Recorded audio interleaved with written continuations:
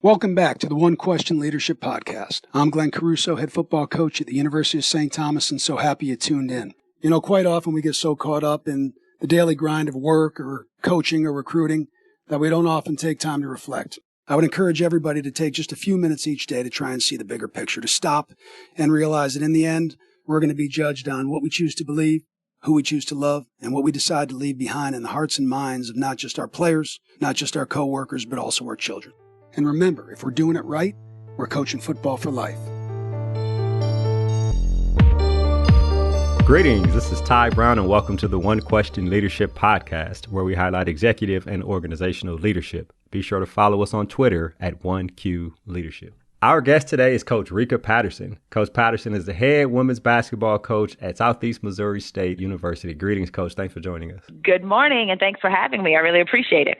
No problem. Now, Coach, you and I go back to years ago in grad school at Baylor when we were pretty much just starting off in the college athletics industry, starting off in sports, other than, I guess, when we were student athletes. So I've known you for a long time. So it's an honor for me to have you here on the podcast. Thank you. It's an honor that you have to be on your podcast. Yes, ma'am. Now, you've been the head coach there at Southeast Missouri State since 2015. Your career, you've worked on a couple of national championship teams at Baylor University. You spent time at Ball State, Eastern Illinois, and Creighton. Of course, you played ball at North Carolina A&T. So with time as an athlete, you're at almost 20 to 25 years in the coaching profession and in college athletics. Of course, this year, you led your team to the 2019-2020 Ohio Valley Conference Tournament Championship and was named the OVC Coach of the Year. Those are tremendous accomplishment, and congratulations on your Coach of the Year honors, and congratulations to you and the team for the tournament championship. Thank you. When you said 25 years, that I don't know where the time went. That's a lot of time, but very privileged to be able to be in this profession for that long. This is a very difficult thing to do, to be able to get in and stay in. So blessed to still be doing something that I love to do. Right, and doing it at a high level. And of course, you and I have never experienced anything like we're experiencing now. To be specific, like the NCAA Women's Tournament Selection Show was a couple of days from happening when Ohio Valley Conference and really all of college athletics canceled all competitions. So I guess for you and the seniors on the team, and the juniors and the sophomore and the freshmen, that was the last game of the season. But for the seniors, their last game was to win the conference championship, which had to be an honor for them. I'm sure that helped put things in perspective. Talk to me a little bit about that when that was after winning the tournament, the high of winning the tournament championship, and then when the tournament, I guess, all competition was canceled. Yeah, it was an amazing run that we had in the conference tournament. We are so grateful that we were one of the first tournaments to be able to finish. Right. If we were a week later, then we may not be, we probably wouldn't be OVC champs. Our goal all season was to be OVC champs. That's what we worked on, starting with our postseason of last year. When we brought our newcomers in the summer, that was our focus. We actually gave our players a screensaver that said OVC tournament champs. And you want to win. You want to finish on a high note, and we did that.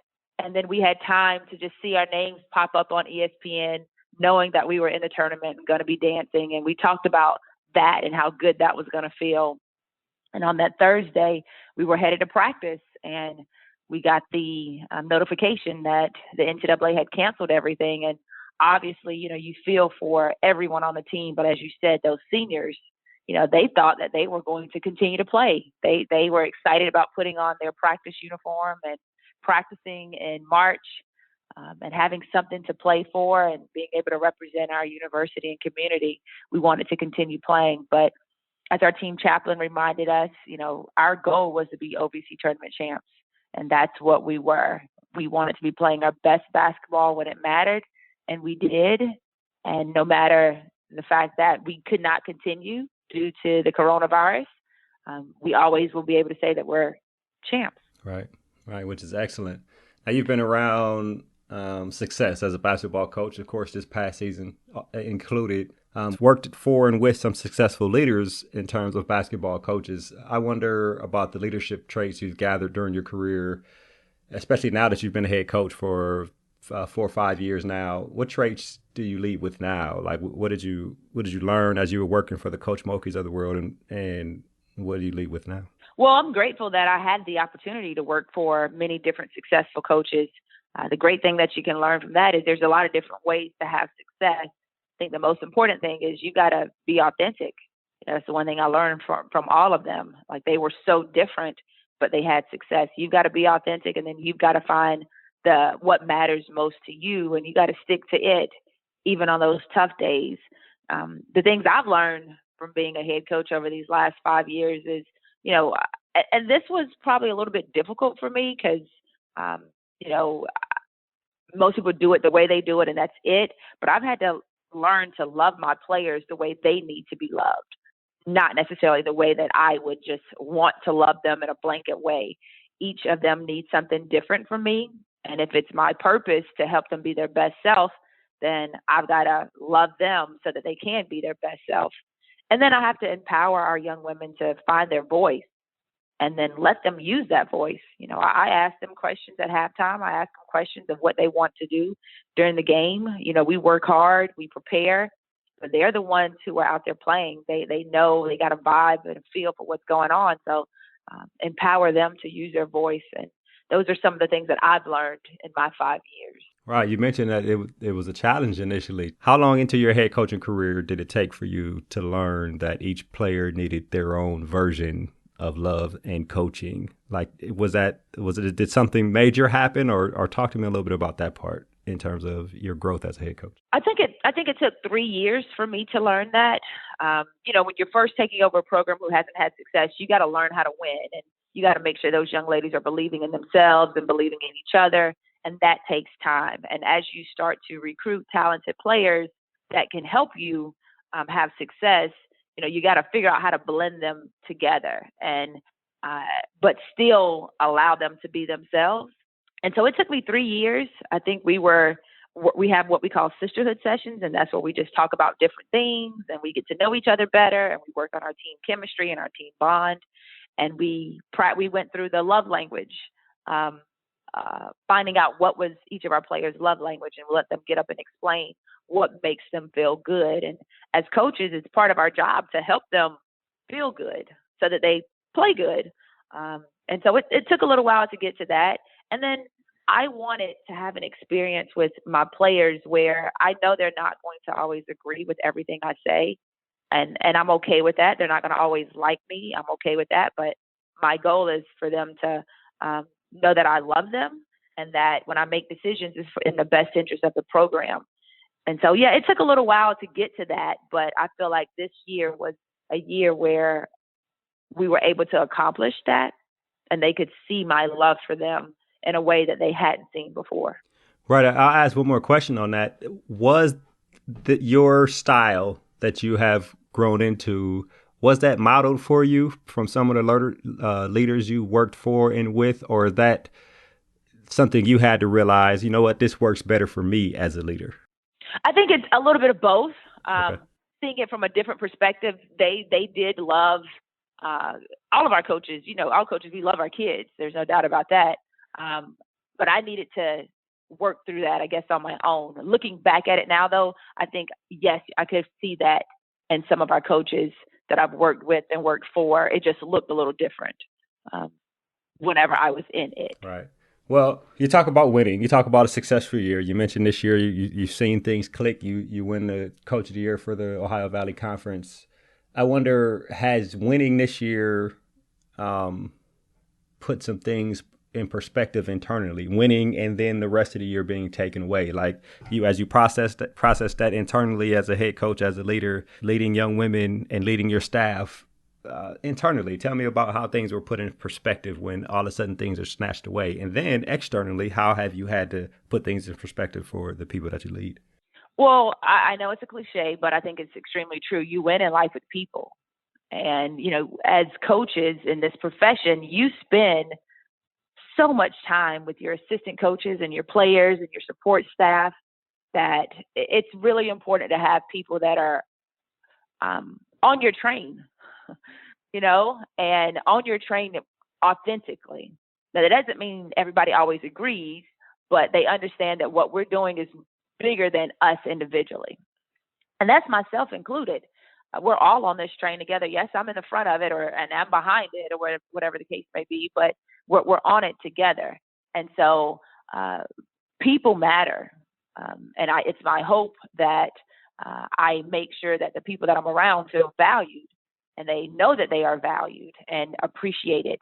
Yes, I won Coach of the Year, but it's because of the players.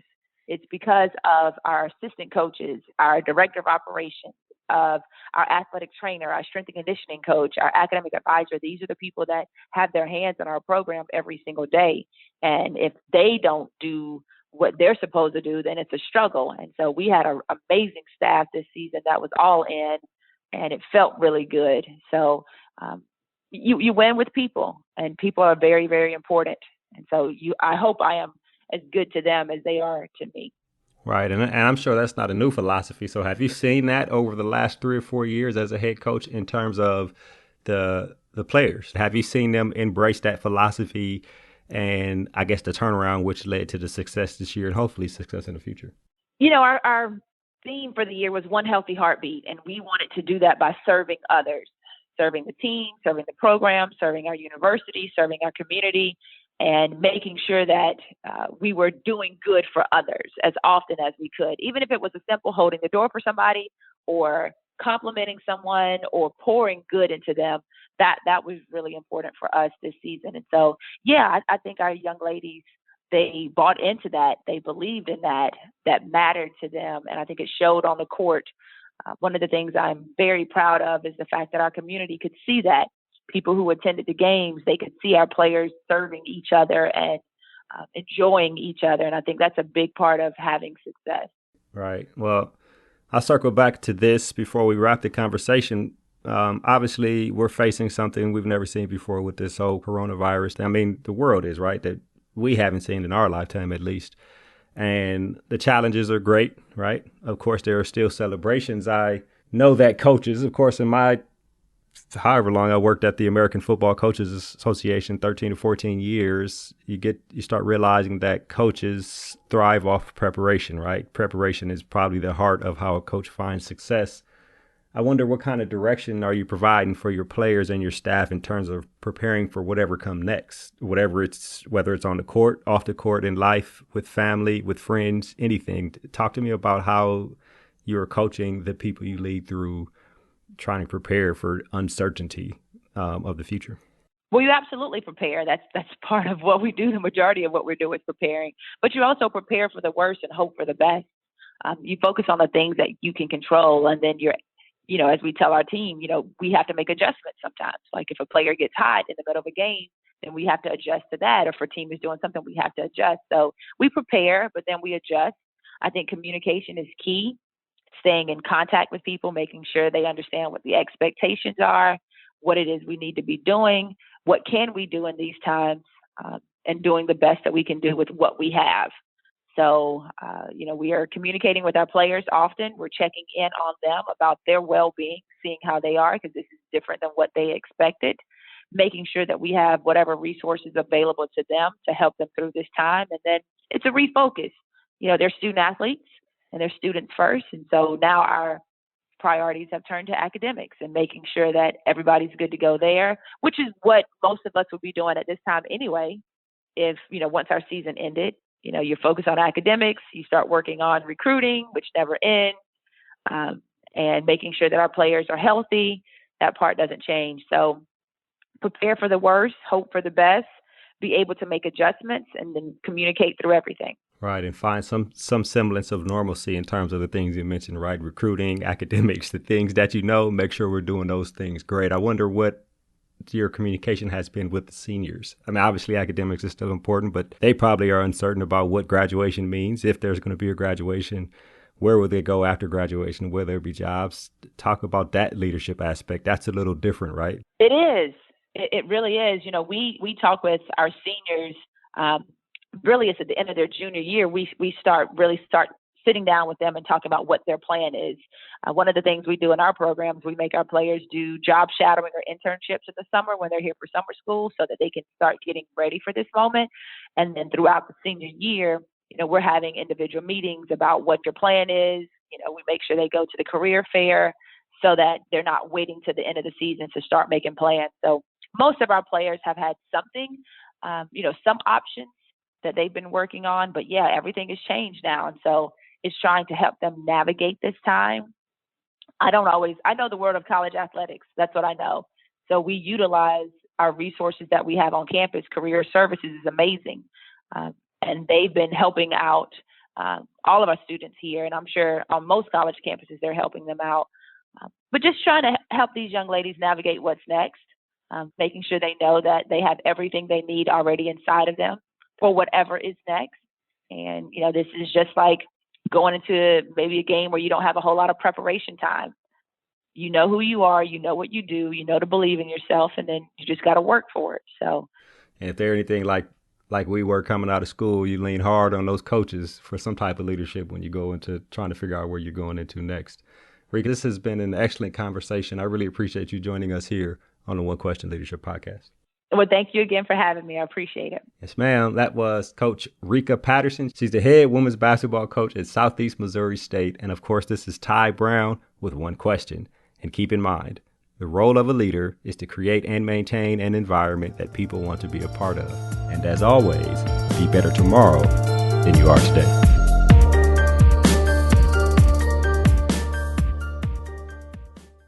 This episode of the One Question Leadership Podcast is produced by Spades Media Group, solving problems using creative leadership.